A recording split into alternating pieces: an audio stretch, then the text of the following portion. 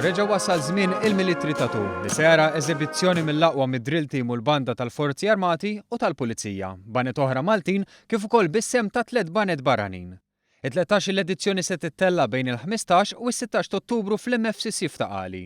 Okkażjoni fejn 20 membru ta' drill team u 43 membru tal-banda tal-Forzi Armati jinaqdu ma' 43 bandist tal-Korp tal-Pulizija biex jesponu t-talent mużikali u ta' preċiżjoni militari tagħhom.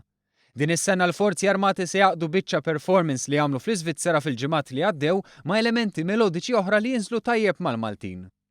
Apparti hekk id-drill team tal-Forzi Armati li dejjem jaħdem mal-mużika tal-band tal-Forzi Armati ħajuru d-disciplina fid-drill.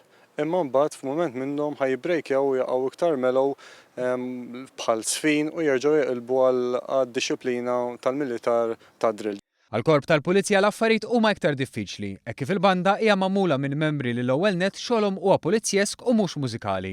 Però dejjem jinsab il-ħin u l-bilanċ biex dawk li attendu l-Military Tattoo jiġdu eżibizzjoni tal-ogħla livell. Pulizija li sa mill-2004 dejjem taw semhom f'dan l-avveniment.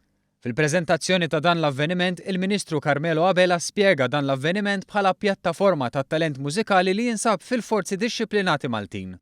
Forzi li huma ta' riklama l-pajjiżna f'Military Tattoos barra minn xtutna. Min-naħa tiegħu il-Ministru Edward Zammitlu ispjega kif attivitajiet bħal dawn huma ta' riklam tajjeb biex pajjiżna jiġbed iktar turisti ta' tip differenti leħ, partikolarment fix-xhur l-inqas biżlin, niċċa oħra li tista' tattira tip ieħor ta' turist. Is-Supretendent Anzjan Anthony Kassar qalilna li l-ispettaklu se jkun wieħed varjat.